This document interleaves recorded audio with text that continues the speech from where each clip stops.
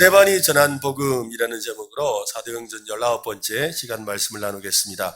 이 스데반은 거짓 증언자들의 말에 변정할 필요를 느끼지 못했습니다. 그들은 거짓말을 하고 있었기 때문입니다. 스데반이 무슨 말을 하든지 거짓말로 반박할 것이 뻔했기 때문이죠. 자신이 얻은 이 변론 기회를 이스라엘의 반복되는 반역과 불순종에도 불구하고 그들을 보호하시고 인도하신 하나님을 되돌아보는 계기로 삼았습니다. 재판에 모인 사람들을 부형들이라고 부르면서 자기의 말에 귀를 기울여 줄 것을 호소합니다. 이 부형들이란 말은 형제들과 아버지들이란 뜻입니다. 자신을 재판받게 한 사람들을 향해서 형제들과 아버지들이라고 부르는 것은 상당하지요. 어떠한 원망도 하지 않는 것도 대단한데 자신에 대해서 이미 결론을 내려놓고 재판을 진행하는 이 산헤드린 공회원들에게 아버지들이여 라고 하면서 경의를 표현하고 있습니다. 참 이런 모습은 우리 그리스도인들이 본받아야 할 모습입니다. 스데반은 아주 신사적인 모습을 보여주고 있지요. 우리 그리스도인들이 좀 신사적이어야 돼요. 원래 우리 그리스도인들은 신사적인 사람들입니다. 교양이 있어야 되죠. 그래서 말을 할 때도 교양이 있어야 하고, 그죠? 자기한테 억울한 누명을 씌우는 사람들에게 부형들이라고 말하는 것처럼 때로는 우리가 품위를 좀 지킬 수 있어야 돼요. 한번 따라할까요? 품위 있는 그리스도인이 됩시다. 그죠? 가끔씩 보면 항상 우리가 대접받고자 하는 대로 대접하라 그랬잖아요. 근데 가끔씩 보면 좀 그렇게 저는 안 하려고 노력은 합니다만 참 듣기 안 좋은 말 중에 보면 이렇게 설교나 이럴 때 목사님 중에도 설교 중에 그 절에 계시는 분을 부를 때 뭐라 부르죠? 그죠? 갈등이 되죠? 네, 다시 그렇더라고요. 그래서 어떤 목사님은 설교 중에 이러더라고요. 님자를 안 붙여요. 근데 참 그건 옳지 않다고 생각해요. 그죠?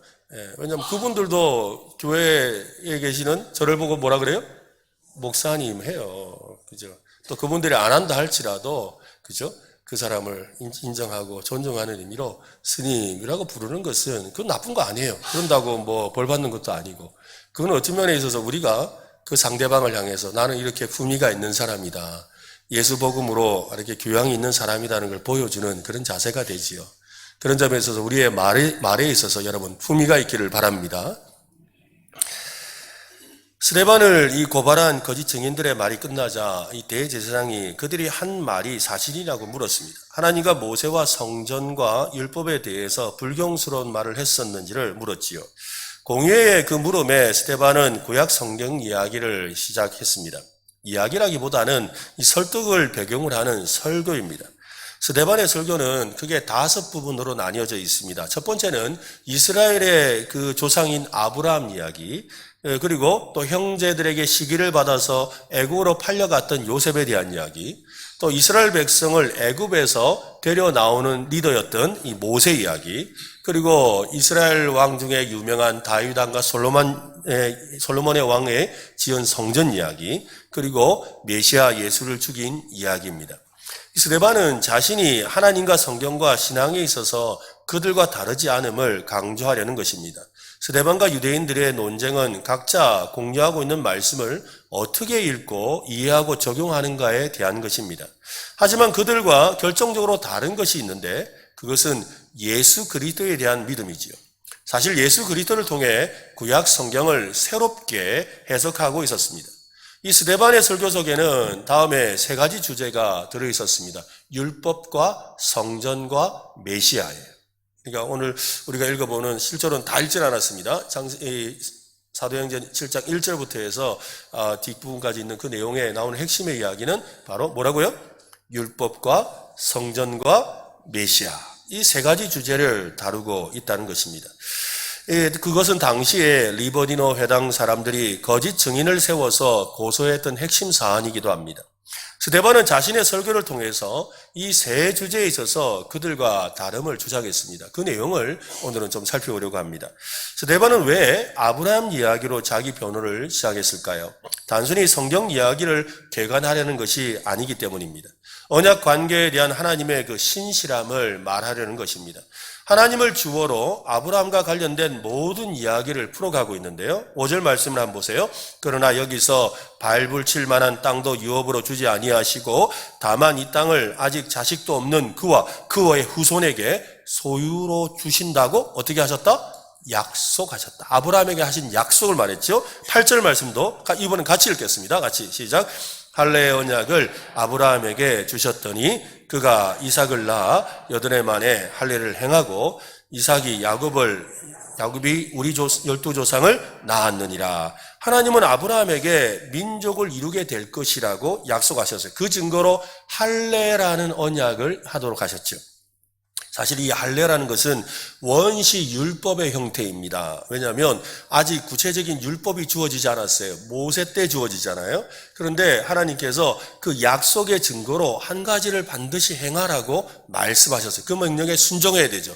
그래서 가장 원시되는 율법이 하나가 있는데 그게 바로 할례였어요.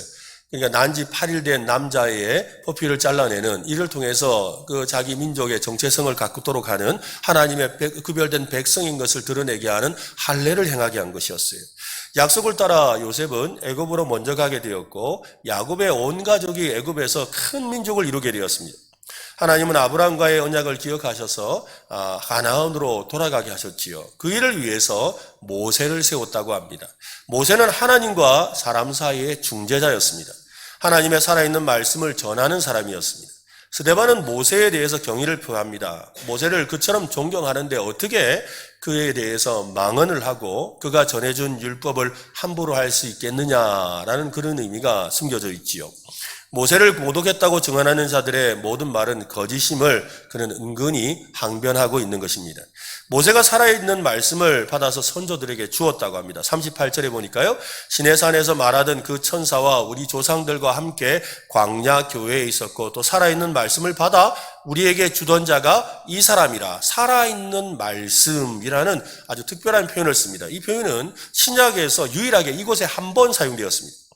율법은 사람을 살리는 말씀이고 이스라엘의 삶에서 가장 중요한 부분임을 인정하고 있는 것이지요. 은근히 예수 그리스도가 살아있는 말씀이잖아요. 그래서 이 살아있는 말씀이 율법이라는 이야기를 통해서 진짜 살아있는 말씀은 누구시다? 예수 그리스도시다라는 걸 이렇게 은근히 드러내고 있죠. 그렇지만 모세는 하나님께서 주신 이 살아있는 말씀을 받아서 그들의 조상들에게 주었다는 거죠. 근데 그들은 그 율법을 어떻게 했습니까? 지키는 것이 아니라 거절하고 순종하지 않았습니다. 율법을 어기고 계속해서 우상 숭배를 했던 거죠. 그처럼 살아있는 말씀이 오셨는데 너희가 어떻게 했다? 거부하고 버렸다라는 거예요. 죽였다는 것을 은연중에 말하고 있는 것입니다. 율법은 하나님의 약속과 깊이 연결되어 있습니다. 하나님의 백성으로 살고 하나님께 복을 받는 선민으로 살기 위해서 하나님과 맺은 언약이 바로 율법입니다. 율법의 조항을 철저하게 지켜야 하는 이유는 그것이 언약을 신실하게 지키는 것이기 때문입니다. 언약은 여러분 상호적이죠. 약속이라는 것은 상호적이에요. 그죠? 내가 누구랑 약속한다 할 때 상대방이 반드시 있는 거예요. 서로 간에 약속을 하게 되어 있죠. 신명기 4장 31절에 보면 내 하나님 여호와는 자비하신 하나님이시라. 그가 너를 버리지 아니하시며 너를 멸하지 아니하시며 내 조상들에게 명세하신 언약을 잊지 아니하시리라. 하나님이 어떻게 하신다고요? 이스라엘 백성과 맺은 언약을 기억하신다는 거예요. 그리고 끝까지 지키겠다고 하나님이 약속하고 계시죠.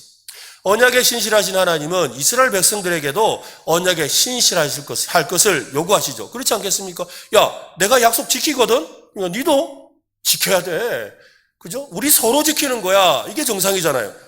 나는 지키고 너는 안 지켜? 안 되잖아요. 너는 지키고 나는 안 지켜? 안 되잖아요. 그러니까 서로가 약속에 충실해야 된다는 거죠. 그래서 하나님께서 다시 이스라엘 백성들에게 언약에 신실하라고 말씀하시는 거예요. 신명기 5장 1절에 보면 모세가 온 이스라엘을 불러 그들에게 이르되 이스라엘아 오늘 내가 너희의 귀에 말하는 규례와 법도를 듣고 그것을 배우며 지켜 행하라. 우리 하나님 여호와께서 호렙산에서 우리와 언약을 세우셨나니 이 언약은 여호와께서 우리 조상들과 세우신 것이요 오늘 여기 살아있는 우리 곧 우리와 세우신 것이다.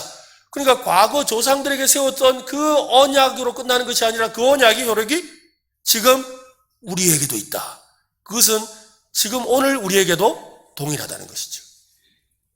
그래서 그 약속을 지키면 어떤 일이 일어나는지를 또 말씀하셨습니다. 신명기 5장 10절인데요. 같이 한번 읽겠습니다. 나를 사랑하고 내 계명을 지키는 자에게는 천대까지 은혜를 베푼다. 여러분, 하나님의 약속을 지킴으로 천대까지 복을 받으시기를 바랍니다. 그래서 성경의 약속이에요. 약속. 이스라엘은 하나님과의 언약을 그런데 어겼어요. 율법을 지키지 않았습니다. 하나님의 말씀을 지키지 않고 언약을 깨뜨린 것은 이스라엘이었어요. 언약에 신실하신 하나님께서 또 다른 모세를 보내어 살아있는 말씀을 주셨지요.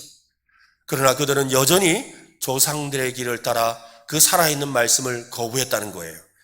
누가복음 13장 34절에는 예루살렘아 예루살렘아 선지자들을 죽이고 네게 파송된 자들을 돌로 치는 자여 암탉이 제 새끼를 날개 아래 몸같이 내가 너희의 자녀를 모으려 한 일이 몇 번이냐 그러나 너희가 원하지 아니하였도다.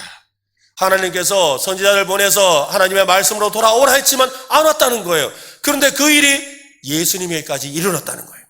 언약에 신실하신 하나님은 약속하신 메시아를 보내셨습니다. 하나님의 말씀이 육신이 되어 이 땅에 오신 예수 그리스도를 말하는 것입니다. 그들은 선지자를 죽이고 말씀을 거부한 조상들처럼 예수님을 거부하고 십자가에 죽게 했습니다.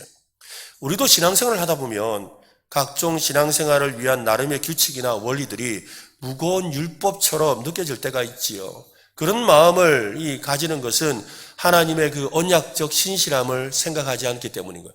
하나님은 늘 우리에게 신실하신데 우리는 뭐예요? 늘 마음이 이랬다 저랬다 하는 거예요. 그래서 처음에는 막 좋아서 예배 나오고 막 주일 성수를 잘하다가 아이고 이제는 좀 안 해도 안 될라나 그리고 하루도 빠지면 안 될까. 그때는 막 주님 섬기는 게 좋아가지고 막 어떻게 하든지 매일 교회에 나와서 봉사하고 섬겼는데 그러다가 교회에서 또 이렇게 직분도 사모하게 되어서 직분도 받았는데 근데 요즘에는 어떤 생각이 들어요? 그거 좀 빨리 내려놓는 방법 없나? 그만두는 방법이 없나? 이런 마음이 들죠. 그리고 이게 무거운 짐처럼 느껴지는 거예요. 왜 그래요? 하나님께서는 지금도 그때나 지금이나 동일하게 늘 신실하게 그 약속을 지키시며 우리를 사랑하시고 보호해 주시고 인도하시는데 우리는 하나님의 그 약속의 말씀을 그대로 지키지 못하고 있는 것이지요. 언약의 신실함, 이 말을 인자라고 하는 겁니다. 구약 성경에 나오는 여호와는 인자하시다라고 할 때 그 인자는 바로 언약의 신실하시다. 그래서 인자라는 이 단어는 히브리어로 헤세드입니다. 이 헤세드는 언약적인 사랑이라는 것이지요. 언약의 언약을 신실하게 지키는 삶은 사랑이 회복될 때 가능한 것입니다. 사랑은 여러분 거리와 비례합니다. 사랑은 가까울수록 깊어지죠. 근데 사랑은 또한 뭐예요? 그 사람하고 좀 멀리 떨어지면 식잖아요. 연애하는 사람들도 보면은 서로 막 중리산이 하면서 좋아하다가 뭔 사정이 있어서 좀 떨어져 있으면 그래서 옛날에 그저 남자가 군대 가면 고무신 거꾸로 신잖아요. 그 전까지 그래 좋다 말다 하다가 처음에는 또 그 멀리 강원도까지 또 그 휴가도 면회도 가고 그래 하는데 한 상병 좀 1년 지나고 나면 편지도 안 와. 나중에 보니 딴 애인이 생겼어요. 그죠? 거리가 멀면 그래 되는 거예요, 여러분. 가족 간에도 마찬가지예요, 여러분. 네? 부부 간에도 함께 지내야 되는데 떨어져 지내보세요. 딴 마음이 드는 거예요. 이 사랑은 거리에 비례하는 거예요. 사랑하면 가깝게 지내야 돼요. 여러분, 하나님을 사랑하시길 바랍니다. 하나님을 사랑하려면 어떻게 해야 될까요? 하나님을 가까이 해야 돼요. 하나님의 말씀을 읽고 묵상하는 시간을 가지면 하나님과의 관계가 깊어집니다. 예수님도 매일 하나님과 교제하며 하나님의 뜻에 순종하는 삶을 사셨습니다. 우리도 말씀을 통해 하나님의 뜻을 구하고 그분의 음성에 귀를 기울여야 합니다. 여러분 매일 10분이라도 성경을 읽고 기도하는 시간을 가지시길 바랍니다. 좀 걱정되는 것은 이제 리딩 지저스가 빨리 끝나가지고 그죠? 앞으로 연말까지 여러분 어떻게 하실까 걱정이 좀 되지만 늘 성경을 읽던 그 훈련을 계속 하시기를 바랍니다. 그죠? 여러분 앞에 읽었던 거 다시 읽어도 돼요. 그래서 여러분 늘 하나님 말씀을 가까이 하세요. 하나님과 사랑의 관계가 깊어지려면 감사와 찬양에 힘써야 합니다. 하나님께 드리는 사랑의 표현 가운데 하나가 바로 감사와 찬양이지요. 모든 상황 속에서 하나님께 감사하고 그가 하신 일에 대해서 선하심을 찬양해 보시길 바랍니다. 찬양이 가득하면 사랑이 자꾸 생겨요. 근데 사랑하는 대상을 생각하면 할수록 사랑이 깊어지죠. 그렇잖아요. 자꾸 생각하기 때문에 사랑이 깊어지는 거예요. 생각은 그를 닮게 만들지요. 생각은 그의 말을 귀를 기울이게 합니다. 생각은 그의 말을 따르게 만들지요. 그래서 이번 특세 주제가 예수 생각. 안 읽는 분은 안 올라야 그러시는 겁니까? 다시 한번. 이번 특세 주제가 예수 생각. 그죠? 여러분, 예수 생각하세요. 나오기 힘드신 분들은 여러분, 저기 유튜브라도 보세요. 그리고 예수님 생각을 많이 하시기 바랍니다. 특별히 이번 이 3주간의 예수 생각을 하면서 지난 주간에는 예수님의 성품에 대해서 생각했습니다. 그리고 이번 주간에는 예수님이 하셨던 일을 생각합니다. 그리고 나머지 세 번째 주간에는 예수님의 약속을 생각하거든요. 우리가 예수님을 생각하려고 일부러 또 이 팔찌도 하나 찾습니다, 지금. 찾고 계시죠? 예. 팔찌 차는 이유도 자꾸 이렇게 보면 생각하자는 거죠. 생각하고 또 생각하고 자꾸 떠올리라는 거예요. 팔찌 받고 싶으면 내일 아침에 오시면 드립니다. 네. 여러분, 예수님 생각하시길 바랍니다. 그래서 예수님을 생각하고 예수님의 사랑에 머물면 여러분, 교회 다니는 것이 짐이 아니에요. 믿음 생활하는 것이 기쁨이 돼요. 그리고 정말 가슴에 뜨거움이 넘쳐나게 됩니다. 여러분, 그 언약적 사랑으로 충만한 우리 은혜로 교회 성도 되시기를 간절히 바랍니다. 스데반은 아브라함 이야기로 시작했습니다. 율법 문제와 함께 성전에 관한 그 밑밥을 깔지요. 아브라함 시대는 성전이 없었습니다. 아브라함은 약속의 땅 가나안에 도착해서 그가 머무는 곳마다 제단을 쌓고 하나님의 이름을 불렀습니다. 여러 지역을 다니며 하나님을 예배했습니다. 성전에서 예배한 것이 아니라 그가 머무는 곳이 예배하는 처소가 되었습니다. 스데반은 하나님께서 아브라함에게 하신 예배와 관련된 한 가지 약속을 소개하고 있습니다. 7절 말씀인데요. 같이 한번 읽어보겠습니다. 시작. 또 이르시되 종 삼는 나라를 내가 심판하리니 그 후에 그들이 나와서 이곳에서 나를 섬기리라 하시고, 이 말씀은 아브라함에게 하신 말씀이거든요.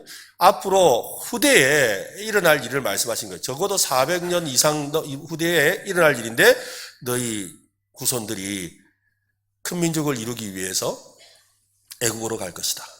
그리고 애국으로 갔다가 거기에서 430년간 종살이를 하다가 나오게 될 것이다. 바로 그 이야기인 거예요. 근데 나올 때 너희를 종삼은 그 나라를 내가 심판할 것이고, 그 후에 그들이 나와서 이곳에서, 이곳은 어디겠어요? 가나안 땅, 그죠? 이곳에서, 아브라함이 있는 그곳에서 나를 섬길 것이다 라고 말씀하셨어요. 여러분, 이곳에서 나를 섬길 것이다 라는 이 말씀은 이곳에서 나를 예배하리라 라는 말입니다. 하나님께서 아브라함을 선택하신 것과 이스라엘 백성을 애굽에서 구출하신 이유는 이곳에서 나를 예배하는 데 있다는 것이죠. 그들로 약속하신 땅에서 하나님을 예배하는 백성으로 삼으려는 것이었습니다. 스데반은 그 모세의 이야기로 이제 넘어갑니다. 넘어가서 하나님은 두려워 떠는 모세에게 이렇게 말씀하셨는데요. 32절과 33절 보세요.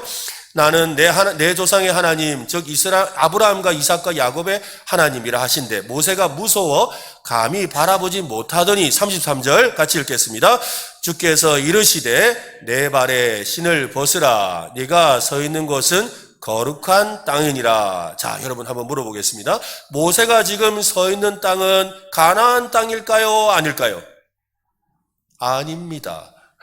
가나안 땅이 아니지요. 그는 지금 미디안 광야에 있을 때 이 말씀을 들었어요. 가나안 땅이 아니에요. 이방 나라 땅에서 들었어요. 이방 나라 땅에서, 그 땅에서 뭐라 했다고요? 네가 선 곳은 거룩한 땅이다 라고 말한 거예요. 스데반이 이 말씀을 일부러 인용하는 거예요.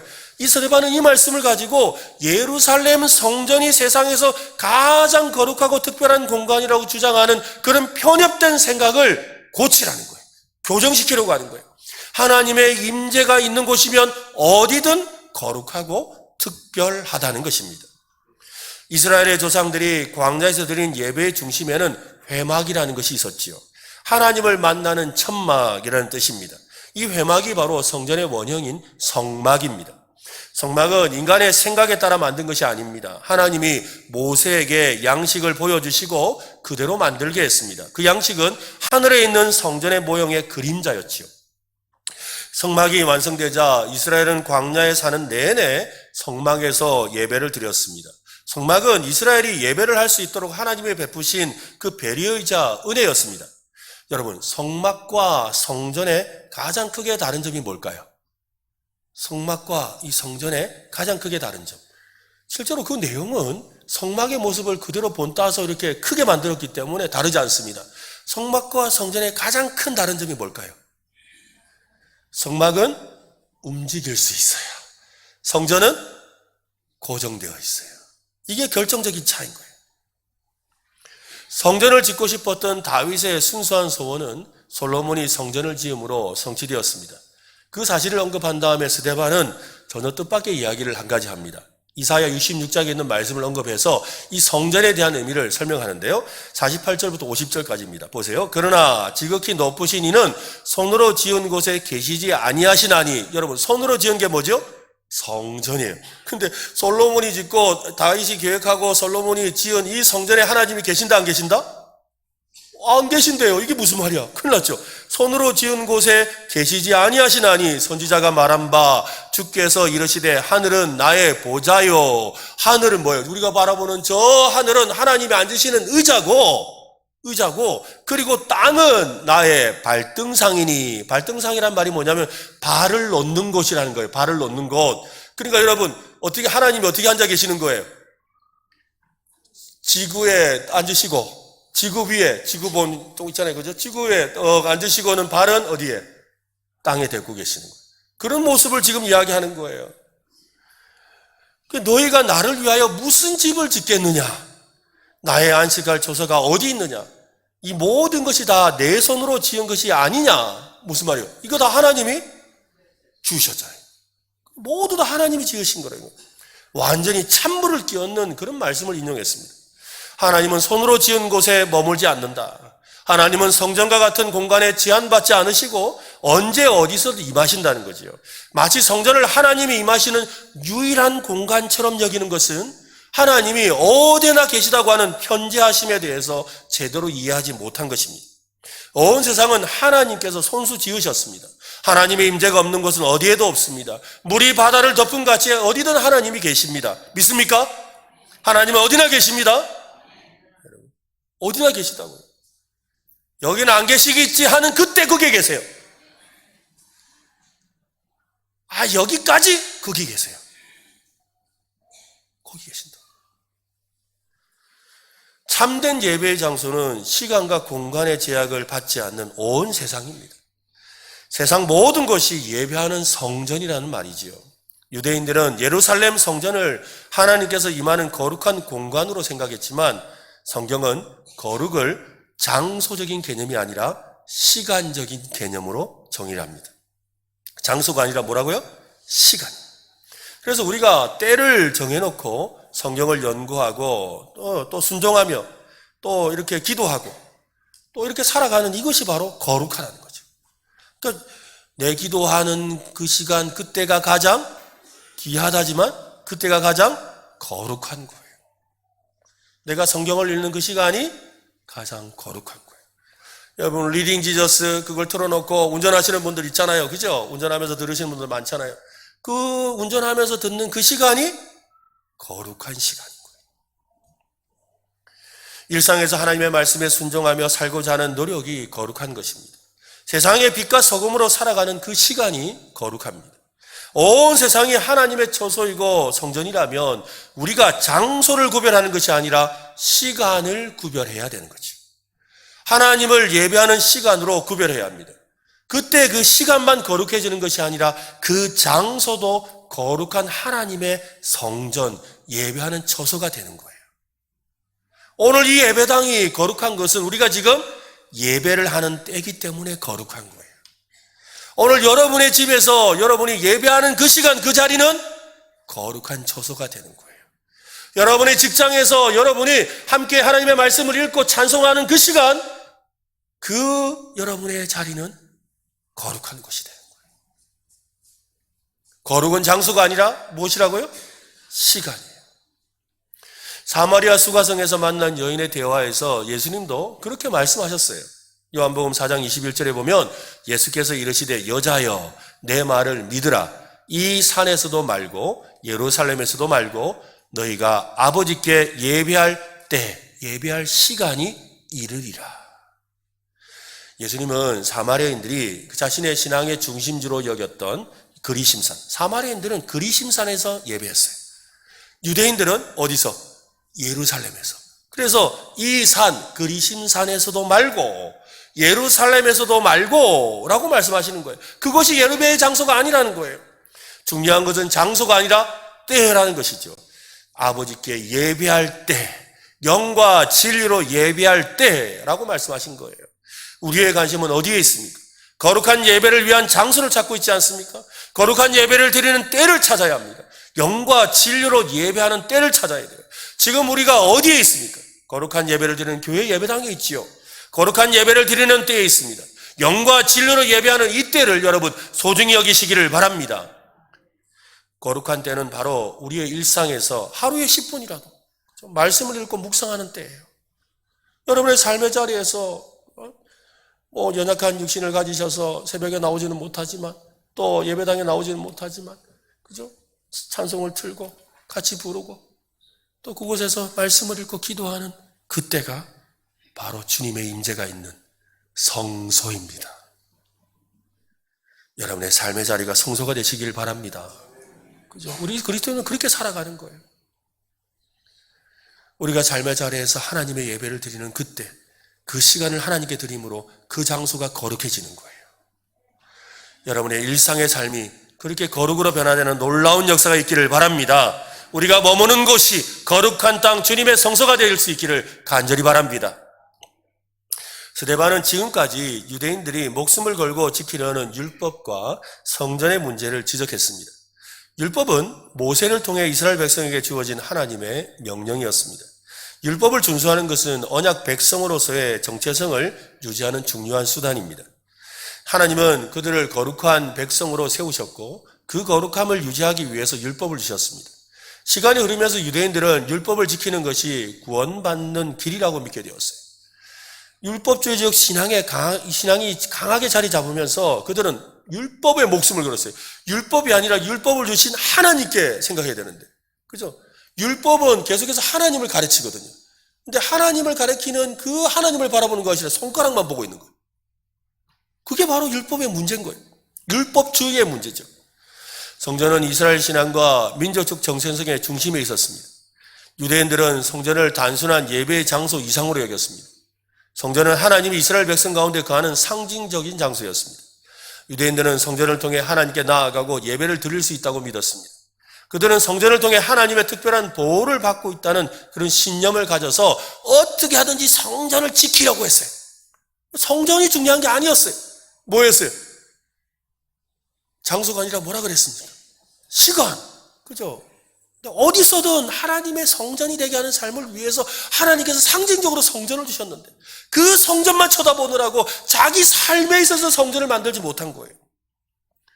율법과 성전은 모두 예수 그리스도를 가리킵니다.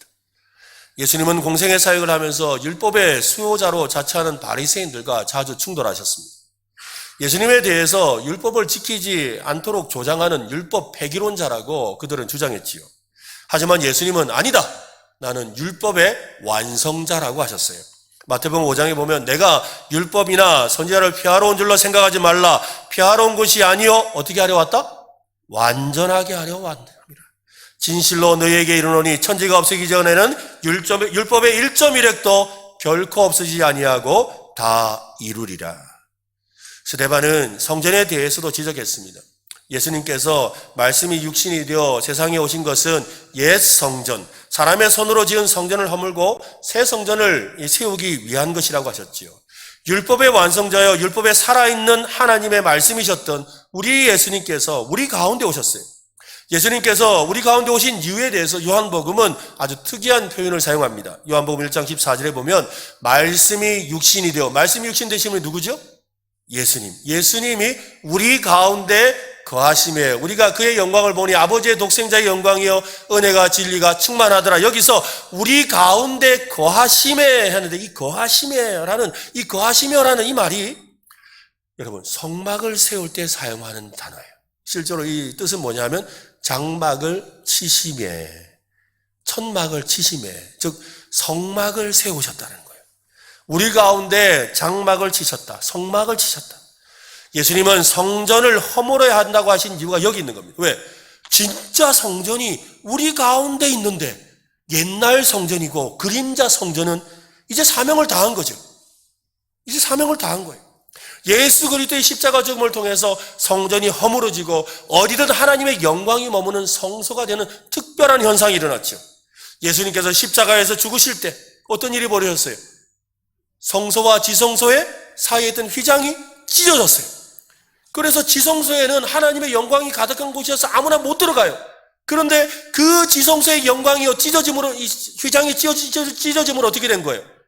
온 세상으로 퍼졌다는 거예요. 그래서 더 이상 하나님의 영광이 지성소 안에 머무는 것이 아니라 온 세상이 하나님의 영광으로 가득하게 되었다는 거예요. 아멘? 여러분, 그렇다는 거예요. 이것이 바로 예수님께서 온 세상을 하나님의 거룩한 땅으로 변화시키는 목적인 거죠. 이제 주님과 함께 있는 곳이라면, 주님과 함께하는 시간이라면 언제든지 어디서든지 성소가 되게 하신 거예요. 영국의 빅토리아 여왕은 아주 신실한 사람으로 유명했답니다. 이따금 가난한 백성들의 집을 예고 없이 방문해서 그들에게 음식을 나누고 그들과 대화를 나누곤 했습니다. 하루는 어느 독실한 그리스도인 과부의 집에 가게 되었어요. 아주 신실하다는 이야기를 듣고 그와 신앙적인 이야기를 나누고 싶어 찾아간 겁니다. 이 과부의 신앙을 뛰어난 걸 알고 있었기 때문에 일부러 이런 질문을 던졌어요. 당신의 집을 방문했던 손님들 중에 가장 유명했던 사람은 누굽니까? 과부에게 물었어요. 당신 집에 찾아온 분 중에 가장 유명했던 분, 아주 존귀한 분, 명예로운 분은 누굽니까? 라고 하니까 과부는 지체 없이 네, 바로 여왕님이십니다. 그랬어요. 근데 그 말을 듣고는 여왕이 조금 마음이 좀 안 좋았어요. 사실은 아니 신앙 좋다고 해서 왔는데 신앙이 좋다고 했으니까 뭐 당신 집에 찾아오신 손님이 제일 높은 분이 누굽니까? 하면 누구라 해야 될 것 같으세요? 그죠? 뭐 예수님 뭐 이렇게 해야 될 것 같잖아요. 그죠? 근데 예수님이 안 하고 여왕이라 한 거예요. 그래서 좀 마음에 실망이 되어서 다시 묻지요.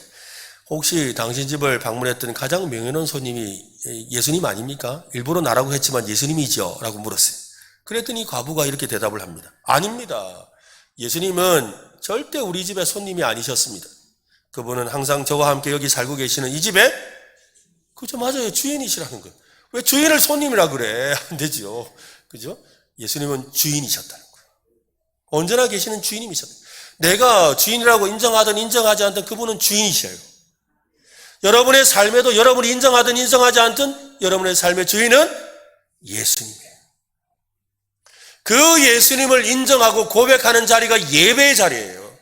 그 예수님을 인정하고 고백하고 찬양하는 자리가 성전이 되는 거예요. 아무리 좋은 예배당에서 거룩한 예배당에서 우리가 예배를 드려도 마음에 하나님을 예수님을 나의 주로 영접하고 마음에 예수님을 주로 고백하는 믿음이 없다면 이곳에서 드리는 모든 예배도 그에게는 예배가 아니지요. 중요한 것은 장소가 아니라 시간이라고 그랬어요. 하나님 앞에 주인됨을 고백하고 우리의 왕이시고 주인이심을 인정하고 내어드리는 그것이라는 거지요. 그리스도를 믿는 믿음의 성도들이 모이는 것이 바로 하나님이 계신 곳입니다. 성도들이 모여서 예수 이름으로 예배하는 것이 하나님께 영광이 받으시는 곳입니다. 모든 성도가 하나님의 아들이신 예수님을 모시고 살기에 그의 마음은 주의 성전이지요. 할까요? 나는 주의 성전이다. 그죠? 내가 몸담은 삶의 모든 시간과 공간이 하나님께 예배하는 것입니다. 말씀이 육신이 되어 이 땅에 오신 예수님의 말씀을 우리는 따라야 합니다. 예수님을 마음에 모시는 것은 말씀을 모시는 거예요. 그렇잖아요. 말씀이 육신이 되어 오셨으니까 예수님을 모시는 건 곧 말씀을 모시는 거예요. 말씀을 주인으로 여기고 말씀에 순종하는 삶인 거죠. 예수님을 마음의 주인으로 고백하는 것은 순종하고 고백하겠다. 말씀에 순종하고 고백하겠다, 복종하겠다는 말입니다. 예수님께서 말씀하신 것을 지켜 행하겠다는 것이지요. 예수님이 우리 가운데 계시는 삶을 살아야 합니다. 이것이 진정한 거룩이고 성전이 되어 사는 삶입니다. 스데반은 이것을 지적하고 싶었습니다. 그들에게 이 놀라운 사실을 알려주고 싶었습니다. 하지만 그들은 새로운 진리, 온전한 하나님의 뜻과 계획을 알고 싶지 않았습니다. 그들의 관심은 하나님이 아니었습니다. 율법도 아니었습니다. 성전은 더더욱 아니었습니다. 그냥 자기 자신이었죠. 우리는 어떻습니까? 율법과 성전을 완성하신 예수 그리스도를 통해 영과 진리로 거룩하고 온전한 예배의 삶을 살고 있습니까? 한번 생각해 보세요. 오늘 이 예배당에 나오게 되었던 이유를 생각해 보세요. 그냥 일요일이라서 나왔습니까? 주일이라서 나오셨어요? 아유, 오늘 별거 할 것도 없고 그냥 가보지 하고 나오셨어요? 내 생각과 내 의지로 나오는 게 아니라는 거예요. 내 안에 계시는 주님께서 나를 인도해 주신 거예요. 이게 신앙의 모습이 되어야 되죠. 자기중심적인 생각에 사로잡혀서 말씀을 판단하고 임의로 해석하고 참되게 예배할 때를 깨닫지 못하고 세상을 예배하는 일에 빠져 있으면 안 됩니다. 이 시간 하나님의 말씀이신 예수님을 진심으로 삶의 주인으로 모시고 그분의 말씀을 사랑하고 참되게 예배하는 오늘 우리 모두 되시기를 간절히 바랍니다.